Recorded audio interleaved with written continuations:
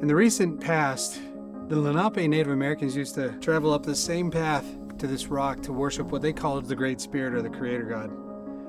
And it doesn't take a stretch of the imagination to understand why. It's the peace and the quiet up on the mountaintop beckons to listen for God's voice. That reminds me of a time when Jesus went up on top of the mountain with Peter, James, and John, his disciples. When he was there, he was transfigured into his divinity. And as the Bible puts it, when Jesus was transfigured, Peter, James, and John were scared out of their mind. They didn't know what to do.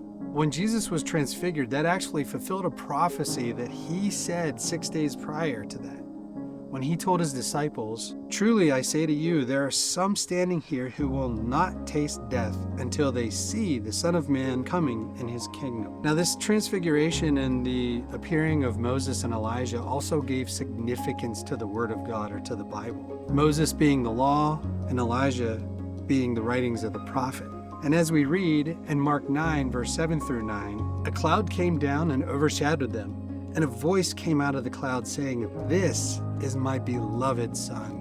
Hear him." Suddenly, they had looked around, and they saw no one anymore, but only Jesus with themselves.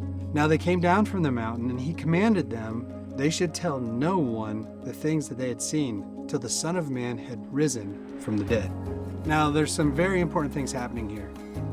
Number one, this is a snapshot of Jesus' second coming, right? We have Jesus in his divinity, coming in his glory.